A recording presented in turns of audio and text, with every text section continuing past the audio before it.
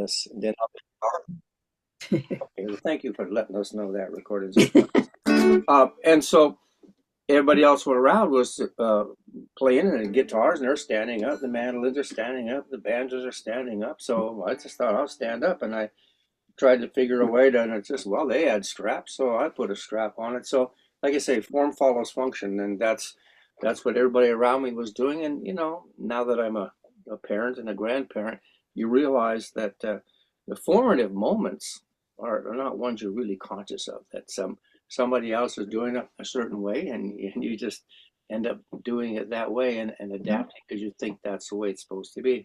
In fact, I played the dulcimer for let's just call it 3 years. It's probably a little longer than that. I played the dulcimer for 3 years before I even found out it was an American Appalachian instrument. To me, it was an instrument, and it had some unique qualities about it, and some wonderful tones, and I liked all that, and so I just taught myself to play. And of course, over the years, filled in the gaps by meeting other people, expanding my repertoire. At one point, I ended up dropping out of college. It's 1971. The dulcimer was much more important to me than college, and basically drove into the Appalachian Mountains from Seattle, Washington, in my pink 1954 Capri, and it was just like I was ripe. I was going to go find the dulcimer, and what I did was in search. I drove up to the Sigma Nu fraternity house in Knoxville, Tennessee, and I knocked on the door. I can still have this image in my mind. I put it in those books of mine. But so I knocked on the door. Guy comes to the door, and I says, I held up the dulcimer. You know what this is? And he goes, well, that looks like a dulcimer. I said, yeah, they might play them around here.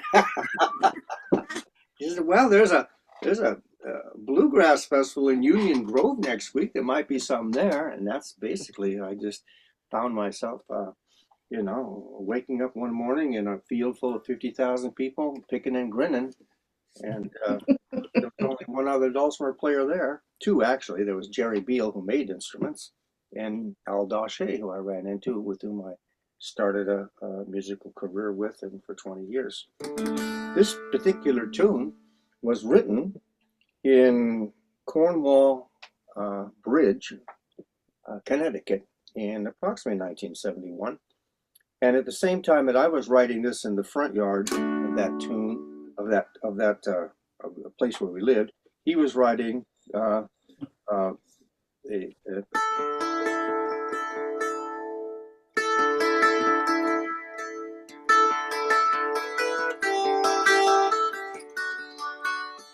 so when we came running to each other and said, hey, I got this great new song, and each of us said, yeah, it needs a little bit of something. And so just sort of cross-pollinated, and that was our really first collaboration. And I'm going to share that with you because you're here to learn Wellyn from the guy who wrote it. And, it's humbling, and I think I wrote about that, humbling and grateful to have something that a person that I have done go into the world and be replicated and played and passed along by so many people. So here we go. Let's talk about the tune. Wellyn, first of all, the name Wellyn comes from my Force, my last name Force, comes from the Welsh. And near as I can tell. Let's start our class. We will need white A. Wellyn, Wellyn.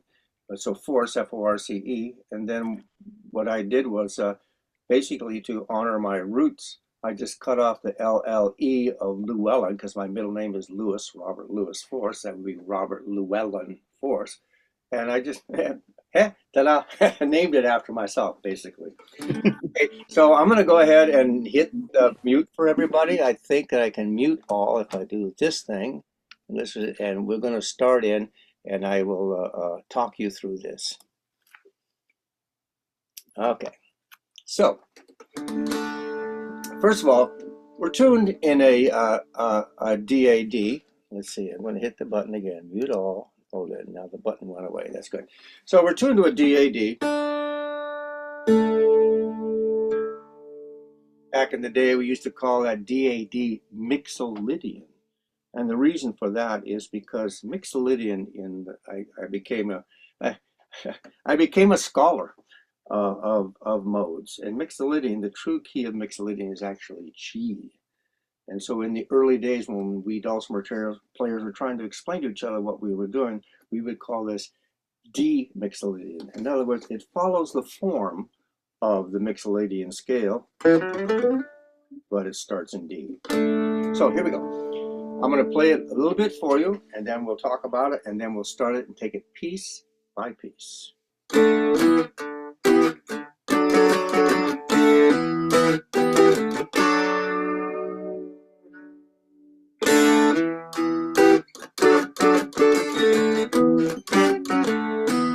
So the hard part to master is whether you're doing 3 fingers using your thumb. Nonetheless, the approach to the entire song is a bar. So you're stopping all 3 strings simultaneously, and usually in a bar straight over all of them. So you got da, do. We add a note when we slide to the D. We play an E. We add a note, then we slide to the D. We repeat. Da, do, bum, da, da, da, da, da. There's your D. Open, and it's very important to have that open. It's ba-dum. So you're basically going from a D to an E minor. Da-dum, da-dum. One more time. Da-dum, da-dum, bum, ba-ba-ba-ba-ba, da-dum, bum, bum, ba. So the first time you get 1 time, the next time bop, bop, bop, bop, bop, bop. Here we go. Bum, bum. Ba da da da da, ba bum bum, ba ba ba ba.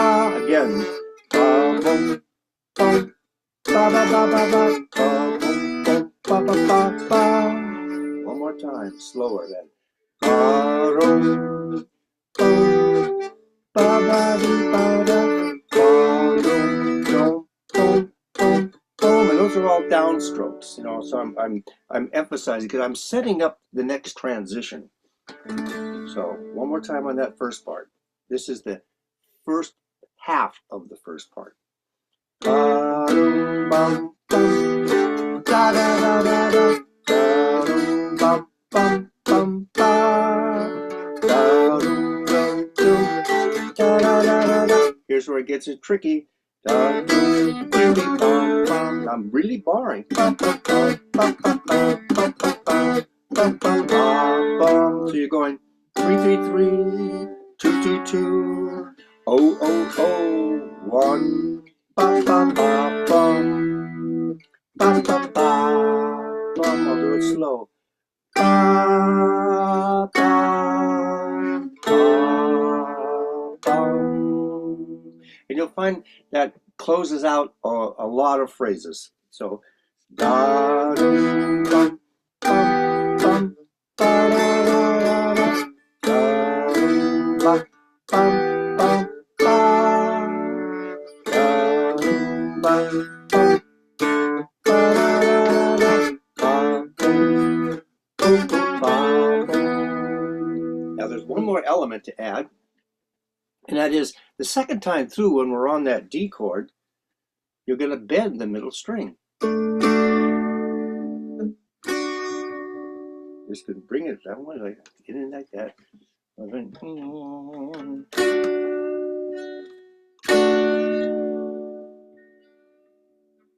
So it sounds like this.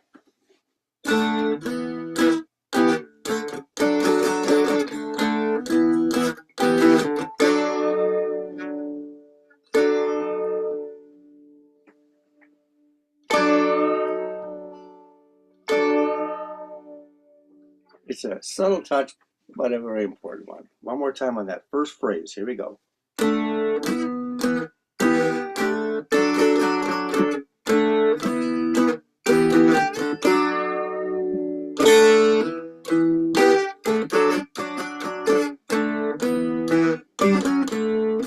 Now, if you're really brave, the transition there, you might not have caught it, but the transition is, I'm actually, rather than strumming on the last phrase of the third phrase through, I'm actually pulling off of the string.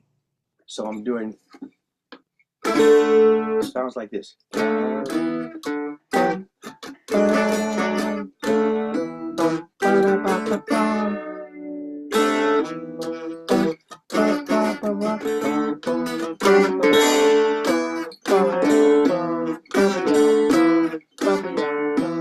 Just saves a little work for the right hand. I call it dulcimer yoga. If you don't have to play, don't. The other hand's doing all the work.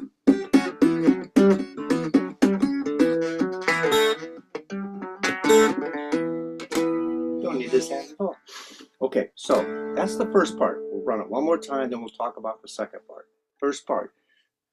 Da-dum, dum, da-da-da-da-da, da-dum, dum, dum, dum, dum, bam, da-dum, dum, ba-da-da-da-da, dum, ba-da-da-dum.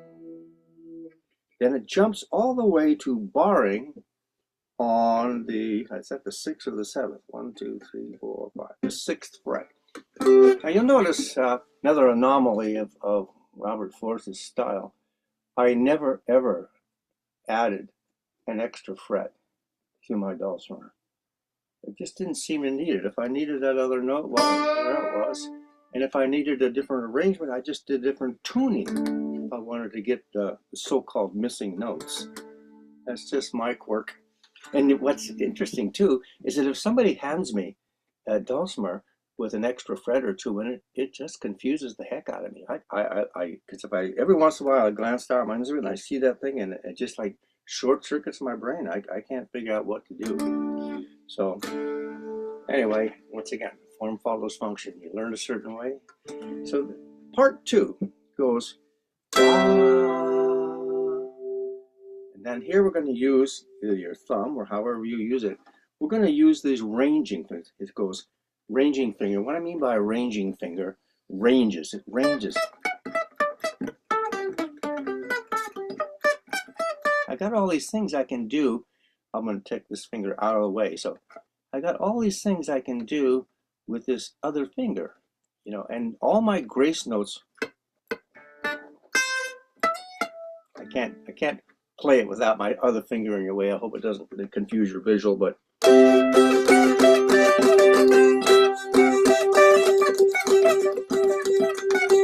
you just hear it though. So it goes 6, 6, and beep bum, 6, and beep bum, slide down, 5, and beep bum, slide down, 4, and beep bum, back to the G and the D. Take that again. So we're basically starting on a C up here. So you're barring on the 6 and you're adding that C note. So you got C with a grace note. Then you're going to the B with a grace note. Then A with a grace note. And then a G and an A. This is a C. This is a, whichever one comes out, right? C, B, A. So here we go. C, we're barring with a grace note. We slide down and do a B with a grace note. And then a with a grace note. And then no grace notes as we go G and D. I'll sing it as we go. Bum ba da ba da ba bum bum bum bum bum bum ba bum bum bum bum bum bum. So one of the early things that I learned when I play dulcimer that doesn't have the extra frets, and it's kind of a odd thing. If you're bridging and there's a tiny fret in between, fill it in. If you're bridging and there is no tiny fret, don't fill it in. It sounds like this.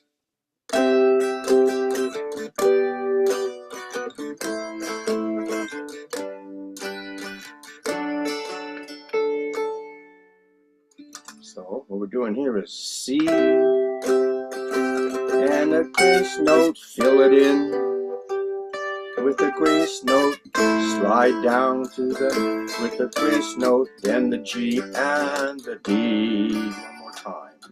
We've got that C, we're adding a grace note. We've got that B, and we're adding a grace note. We've got that A, and we're adding a grace note. Here's our G and our C. Now we're going to put those two parts together. Going back to ba-bum. Remember, after you get down, da-dum-ba-da-da-da-da, we're going to jump. And, okay, and one of the things to do there is that you don't have to whack it every time. You can have this kind of a lilting sound instead of. Okay, here we go. From the top. Ba-bum, bum, ba-da-da-da-da, ba-bum, bum, ba-ba-da-ba, and we bend it. Ba-bum, bum, ba-da-da-da-da, bum, bum, repeat. Bum, bum, ba-da-da-da-da, ba-bum, ba-da-da-da-da.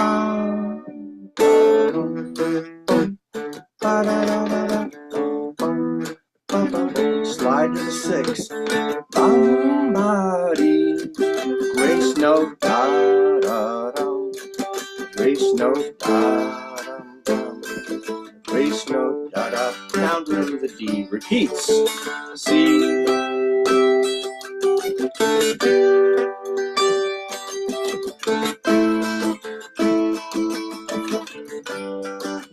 Now back to the, we're going to go back to the 1, okay?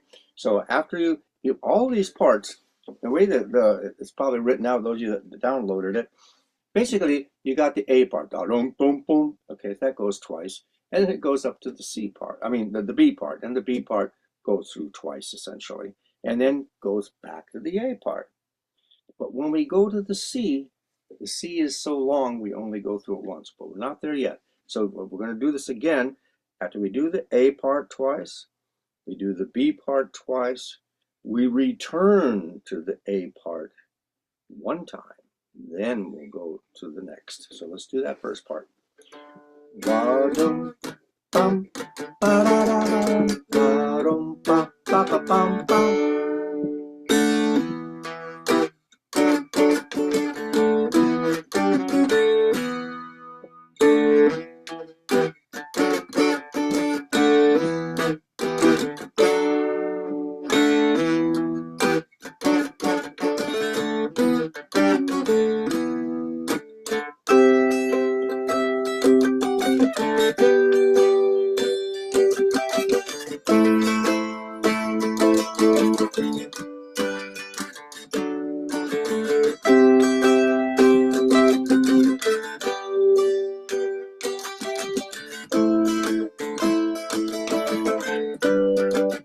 A.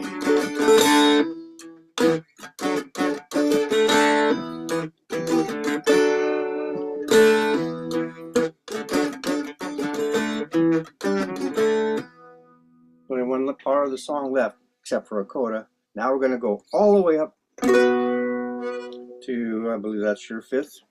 Okay, and this time, now, over the years, I guess I stopped strumming in it and I started flat picking. So if I start flat picking in the middle, I'll try to stop, okay, because it was written as a strum song. But these days I'm going da-da-dee-dee, da-da-da-da-da-dee-dee-dee-dee-da-da-da. And you maybe get to that point at some point, but that's not the purpose of this class. So we're going to take just the C part. Starts on the 6.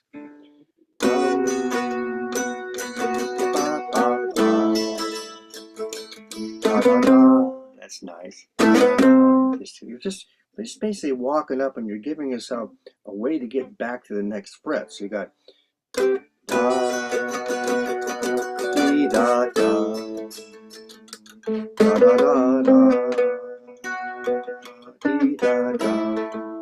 Slide down to 3,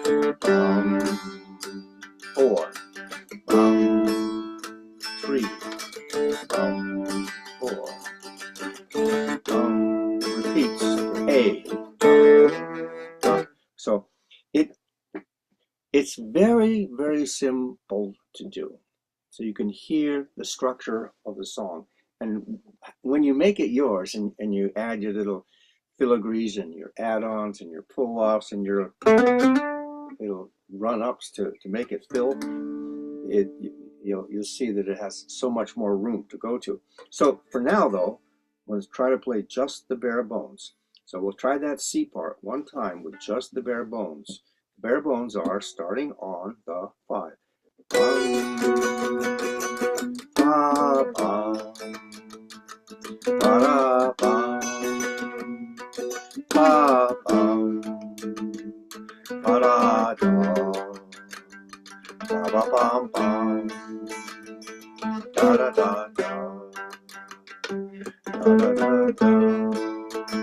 One more time then. That's the C part. There's that grace note. And a grace note down. Pick it up, down. And a grace note down. And slide down. And up.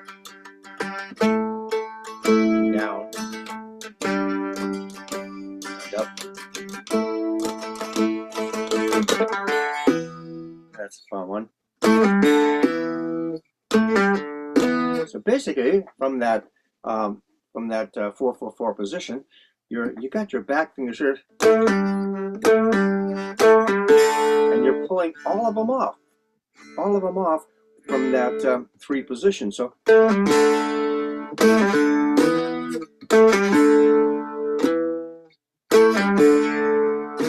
you get sticky fingers in there. You don't need this hand.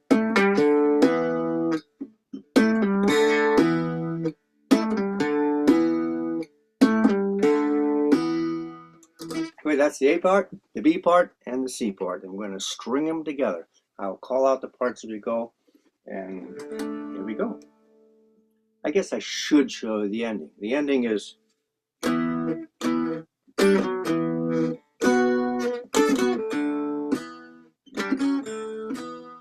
we got 1, 3, 2, open, 5, next and open, 1, 3, 2,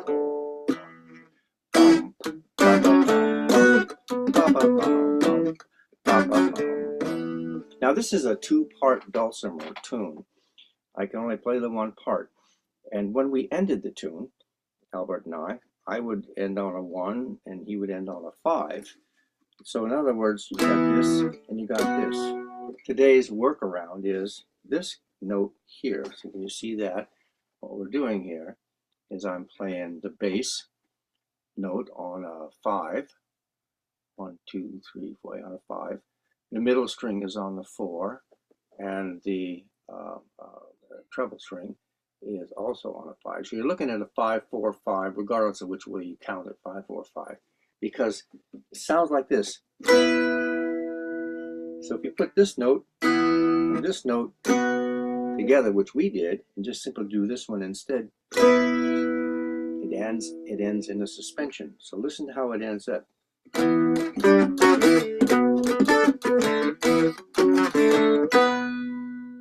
of missed it.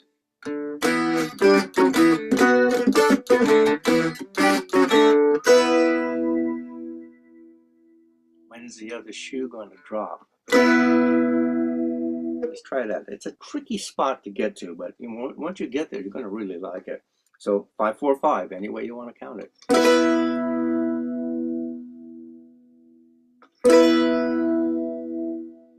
Okay, here we go, from the top.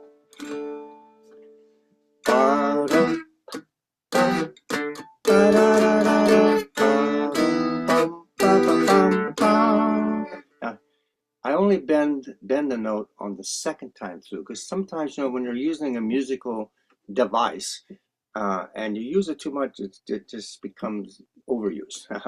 So only on the second time. So it's an adding an element of surprise.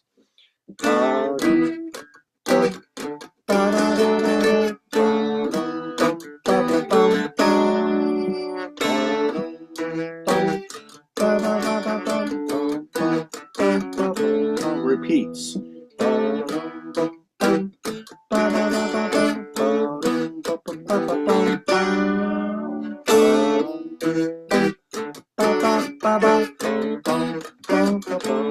Up to the sixth.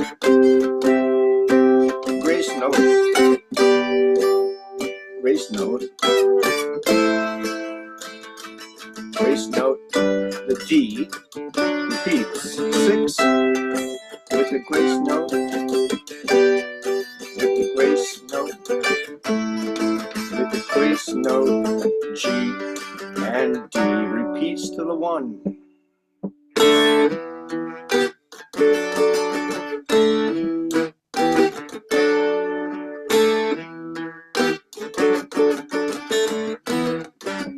Bar 5, 4, 5, 4, 3, 4, 3, 4. Back to the 1.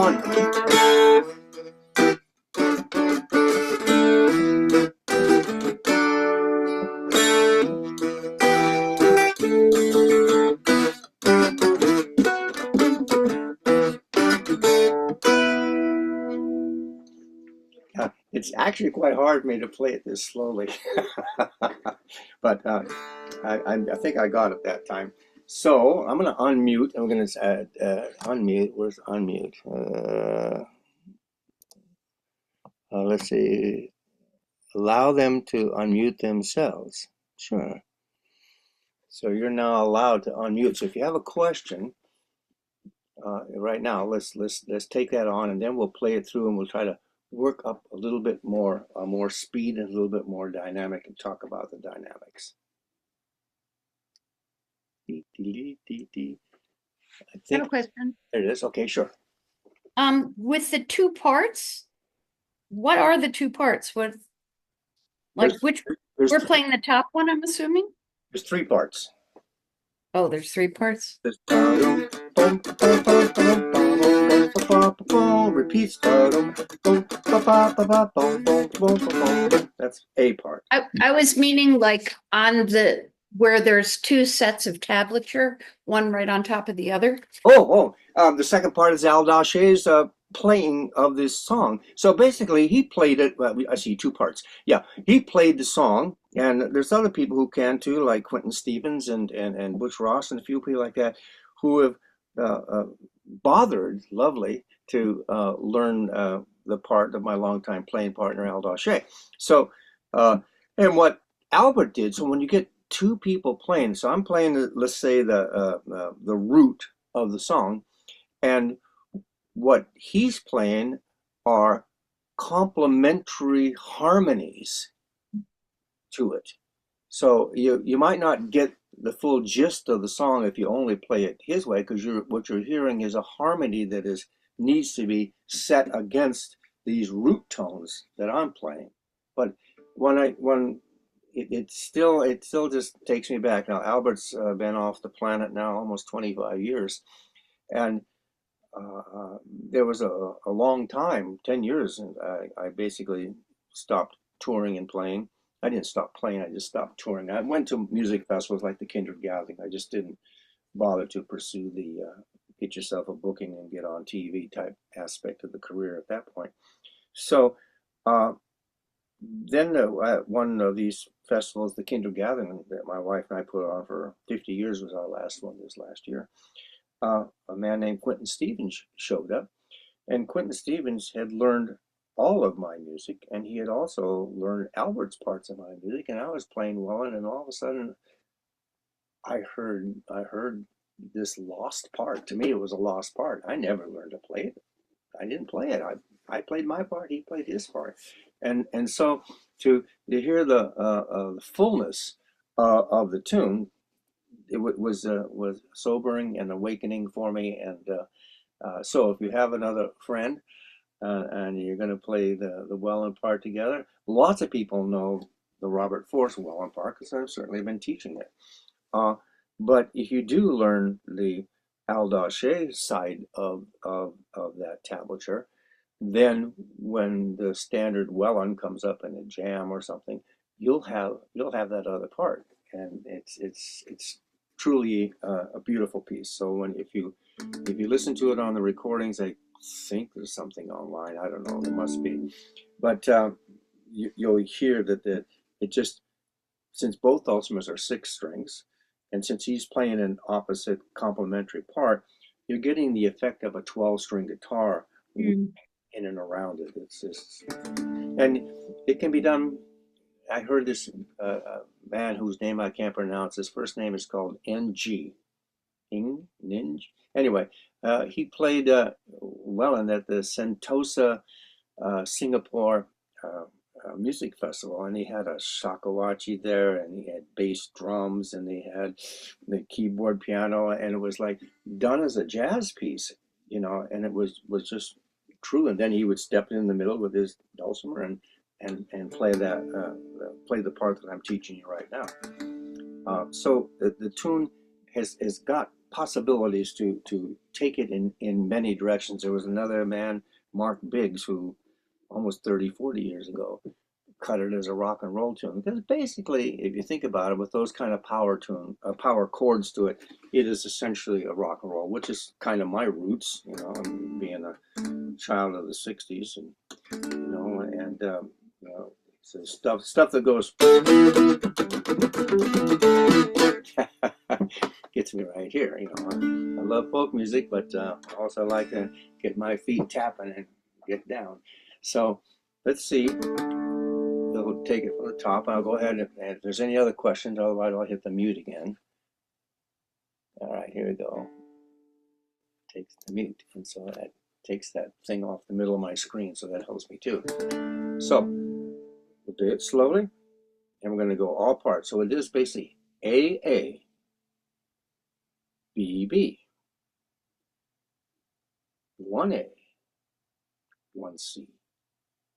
Repeats.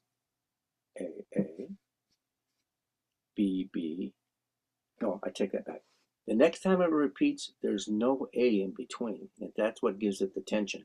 So follow me now. You got A part, da, dun, dun, dun, dun, dun, dun, dun, dun. It's going twice. You go to the B, dee, da, da, da, da, da, dee, da, da, and it goes twice. Then you go back to A, da, dun, dun, dun, dun, dun, dun, and you go to the C part, dun, dun, dun, dun, dun, dee, da, da, da, da, da, da, da, dee, da. Then you go back to the A, da, dun, dun, dun, dun, dun, dun. Then you go up to the C, and the next time you don't go back to A, you go, to the B part. You don't go back to A, you go to the C. So I'll try to remember. You got A, B, and C here, so I'll call them out, and we'll just do it. A. Ba, bum, bum, ba, ba, ba, ba, bum, ba, ba, ba, bum, bum, bend. Ba, ba, ba, ba, ba, bum, ba, ba, ba. Repeats A. Ba, bum, bum, ba, ba, ba, ba, ba, bum, bum, ba, ba, bend. Bum, bum, ba, ba, ba. The B part starts on the 6. Grace note, bass notes, just sliding down to the D, and it repeats 6, and the grace note sliding it down, and the grace note sliding it down, and the grace note G, back to the A.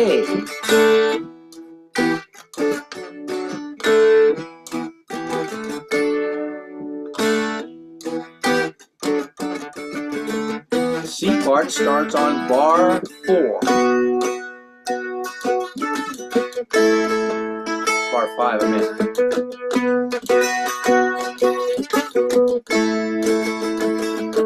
3, 4, 3, 4,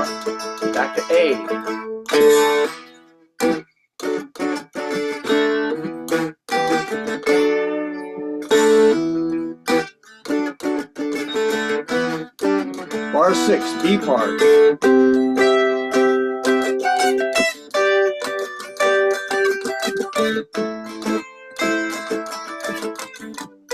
Repeats.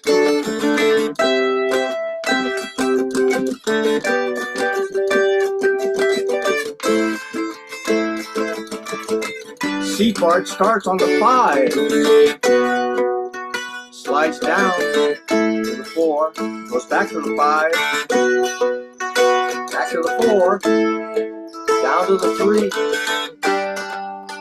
and then the 4, 3, 4, back to A part.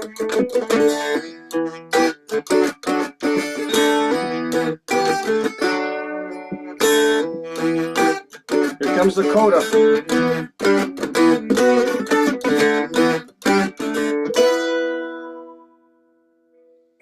Well, when you get it all strung out and talking about it like that, it's like, you know, but hopefully my talking through it helps you. So just for the fun of it, let me check my time, see where we're at on all of this stuff. May I ask a question? Okay, sure. Okay. When you get to, at the end there, when you get back to the A part at the very end, then you go to the coda. How far into the A do you play before you jump to the coda? Basically, we're just tasting the coda, so we come.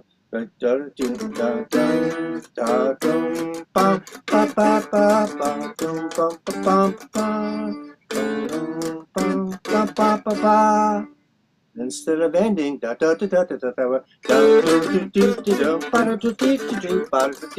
so basically you're 3/4 of the way through it. So you're. So you only do the first ending of A and jump to the coda.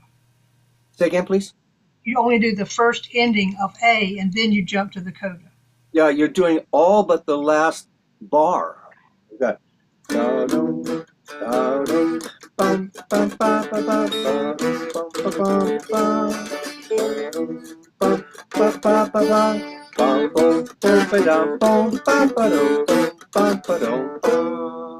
See, instead of ending at there, we tacked on. So we literally were only 3 notes away from the ending before we tacked on the other one. Let me see. I'm going to play it through at speed without talking about it, so that I can just, you'll get an idea of what it goes. And I'm not, sometimes, you know, when you're explaining things, you have a tendency to build stuff in which may not be there. So this might actually answer your question. And do I play in the A part completely through at the end or not? Because this is a visceral 53-year-old memory that's been reinforced over and over again. Here we go.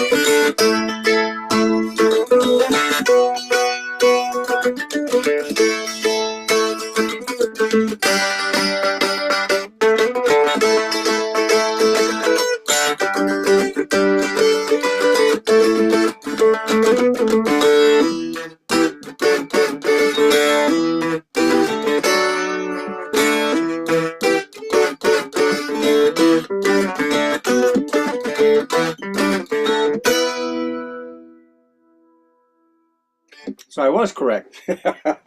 So you basically you're doing all but the closing notes of the A part when you're adding the coda. Okay. Oh, there's a few things in there that you'll notice that I'm doing this a lot. It might be subtle, but okay. So I'm coming off of the strings because the ringing note is already there, and I want that. And you'll see me sometimes doing this part too. You know, I'm moving the chords around. So this moves the chord, this moves the chord, this moves the chord, moves the chord, moves the chord.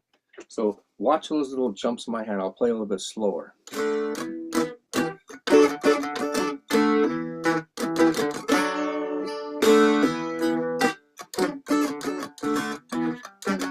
I'll cut it short. See? So I'm basically hammering back on. These two fingers are coming off. The trailing fingers are coming off, so you get the cha-cha-cha-cha-cha-cha-cha-cha. One more time on that.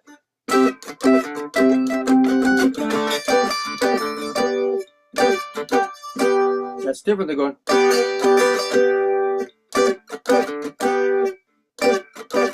So try that. So we're going to up there to that top. So we're at 1, 2, 3, 4, 5, 5, 6, 7.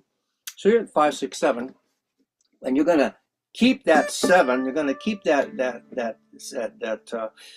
melody string or the nailed down, and you're just going to float those ones.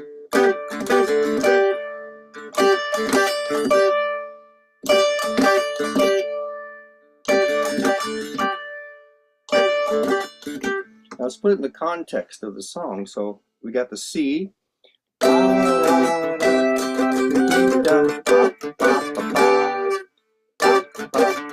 So that's not coming from the right hand, that cha-cha-cha-cha-cha-cha. It's coming from the left hand doing descant movements inside the chord. Ta-da-da-da.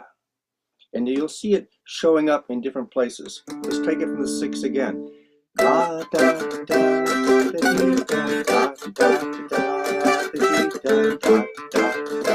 Look at this. So this time you got your finger holding down the melody on the 6, and you're barring however you get there with the thumbs or back fingers or something like that. You'll notice it. Look at my finger. The way that I adapted is I get the extra strength by literally putting my little finger on top of the ring finger, and so I'm doing this.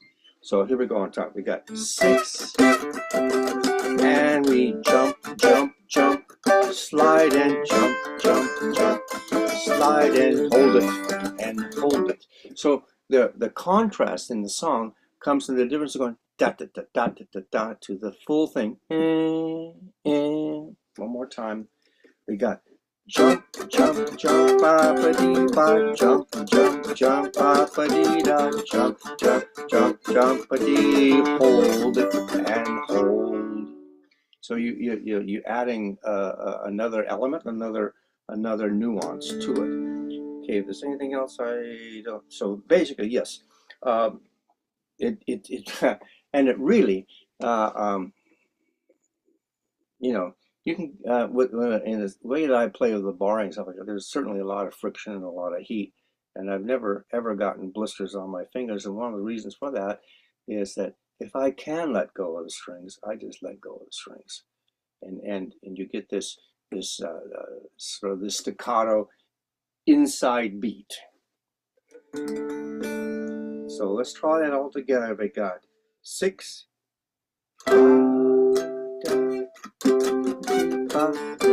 Bounce, take it again, 6, grace note and bounce, bounce, bounce, slide down and bounce, bounce, bounce, slide down and hold it, one more time, 6, and the grace note, bounce, bounce, bounce, the grace note, bounce, bounce, bounce, grace note, slide it, hold it, one more time. 6, and bounce, bounce, bounce,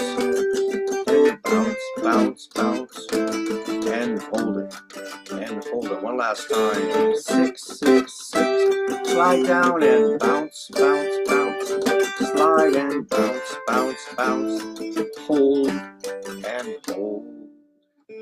Okay, so it's just these little things, the little things that will add, I guess, depth, flavor, nuance, however you want to call it. Okay, more questions. If not, then we can put it all through together again and whatever. So please open it up. And do you feel like between the tab that you have in front of you and both ways of learning it, that you have a handle on where to go from here? Oh, did I do the mute all thing? So I got to undo the mute thing. So I'll allow it to talk. So I think I've got you all allowed to talk again. I've got power. So I've got a little handle on it. okay. I know where to go from here. Yeah, and I think that when people get together and there's a bunch of people playing it, so why don't we just do that? And I'm gonna just have a lot of fun here and say I'm not gonna worry about mute. Let's see if we can play it. We'll fly in the concept of tradition here. Maybe we'll get noise, cacophony. Maybe we'll get harmony. Okay, so and I'll call out. So we're supposed to unmute and play? No, now we're gonna Oh, okay, good. see what happens. 1, 2, ready.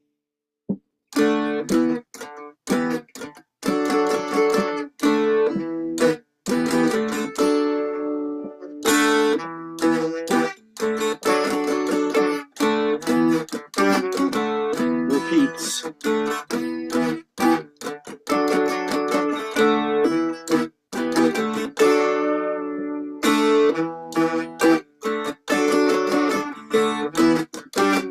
Six.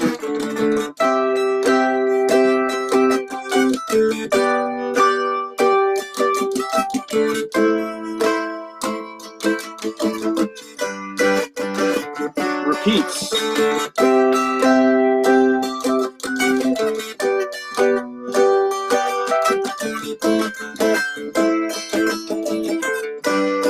A part now.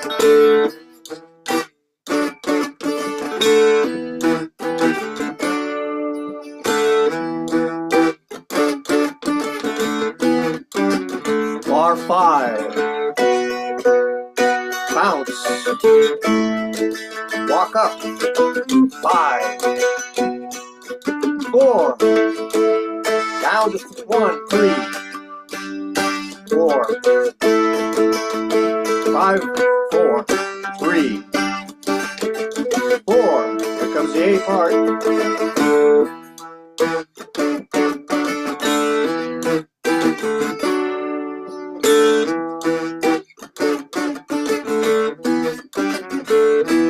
6.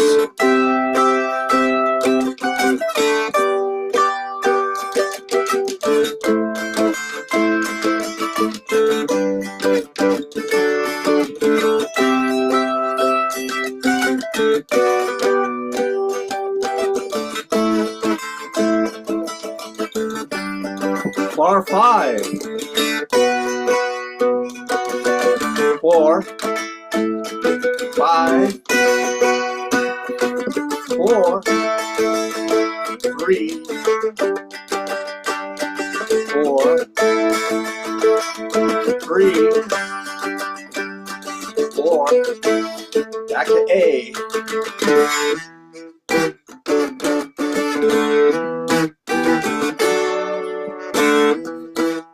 Here comes the coda.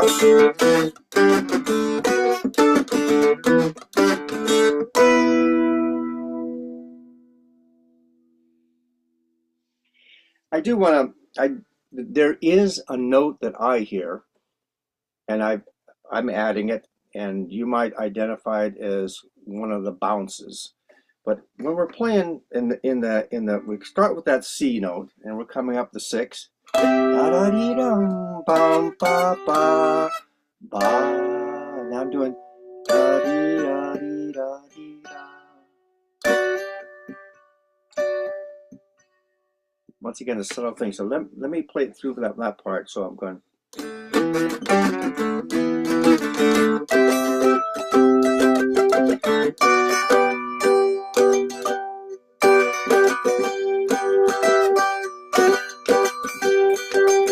One more time.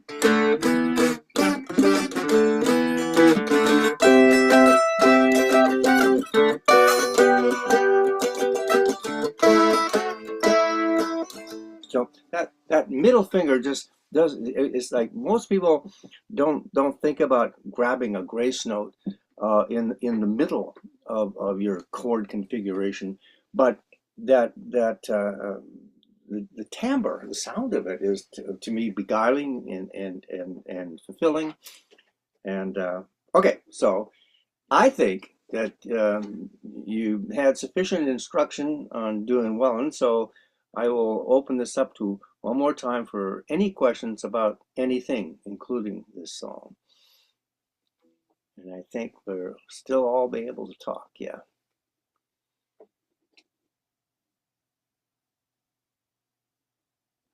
It's Friday.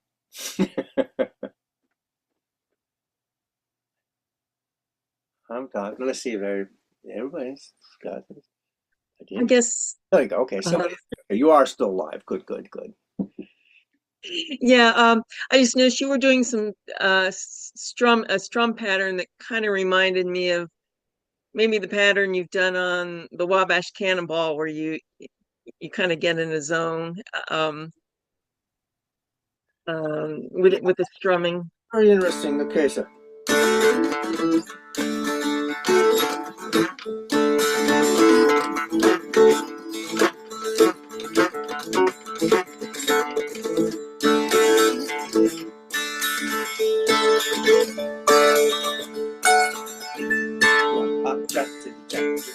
Yeah, it's yeah. I guess so. I mean, to me, my strumming is, you know, it's a real constant. I guess that I'm not really aware of what I'm doing. It's almost to me it's like breathing. It's everything I do is going to be in that same thing unless I dial it down from there. Did you hear Wabash Cannonball or me do that before, or was it a record or? Actually, I think you taught it at Kentucky Music Week 8 years ago. I was in Oh yeah. your class. Yeah, so that hand of mine is just always going like that, and here, I guess there's an important important thing to say about how I strum, and let me just talk about it really quickly now. So, first of all, I'm gonna move. If I put the mute, then that screen thing goes off from the middle of me. So, basically, number one, I'm holding the pick differently than most people. I hold it between those two fingers and the thumb. So I always have this triangle motion. I use a triangle pick. I do not use any other kind of pick. And by the way, I'm totally against those Herdem picks. The idea of having 3 different surfaces is not as important as being able to hold the pick in such a way that if I hold it tight, first of all, I'm holding it loose. So I can just take it out. If I squeeze, and you'll see that maybe can't quite see it this time. If I'm squeezing it, I can't take it out. If I squeeze it a little harder, I can throw a curve into it. So by holding the pick lightly, it's my Theodore Roosevelt quotation here, and that is, play softly and carry a thick pick. So basically, playing softly, and I squeeze the pick a little bit, bend the pick a little bit, and you get 3 different tone timbres just on how you're holding the pick. Okay, so also you get different tone timbre if you're playing here or here.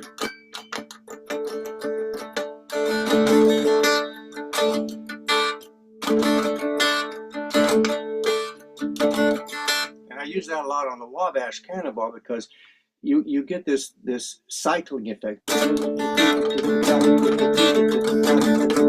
which is way different than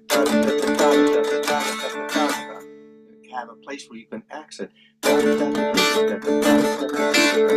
My hand is doing the same thing. I'm just moving the forearm to give myself a I call it a figure eight pattern. It's not really a figure eight pattern. It's up and down, up and down, up and down. But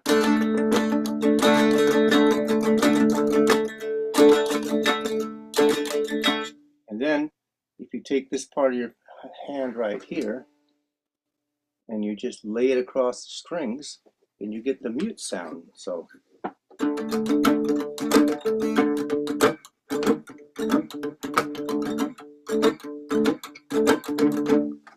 Johnny Cash.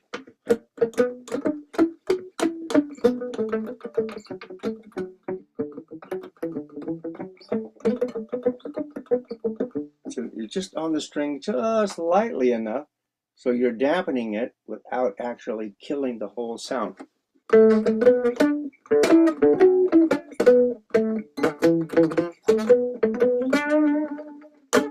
Okay, so how you hold the pick, where you strum along the fretboard, you know, and then the angling of your pick. If you're going to take something that you're going to trebly, then basically you're coming up this way on your instrument, and your bass is going to come down this way. So oftentimes of late now, I find myself doing a lot of bass runs.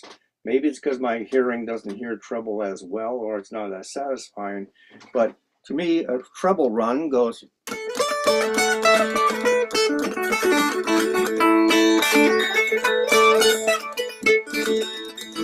a bass run is.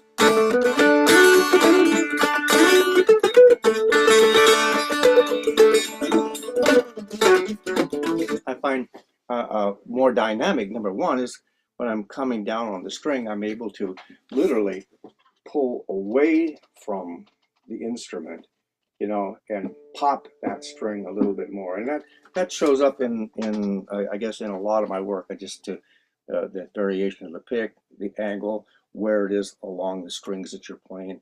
And so Wabash Cannonball, Kentucky Music Week. What a great memory that is. Okay, other questions? Anybody else?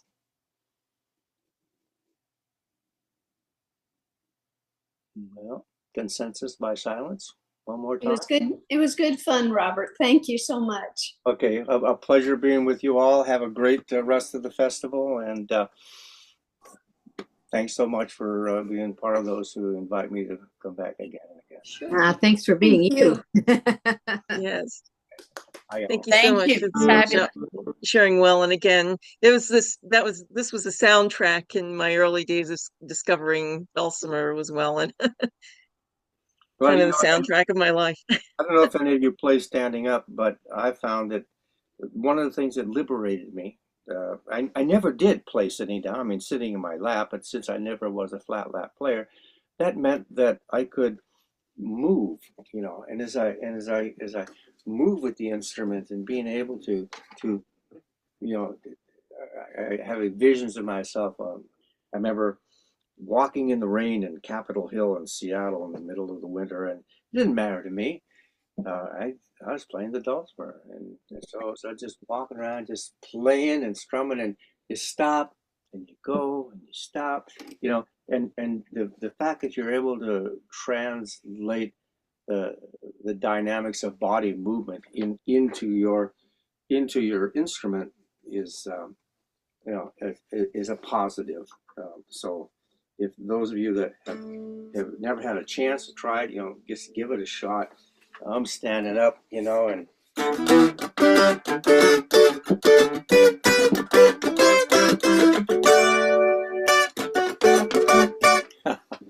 anyway, thanks again. Thanks so much for being here. Thank you very much. Okay, bye. It's Y'all. great fun. My grandkids are here now, so I'm gonna go out and play with them. Have fun. I'm amazed they didn't photobomb me. Okay. Bye, y'all. Thanks so much.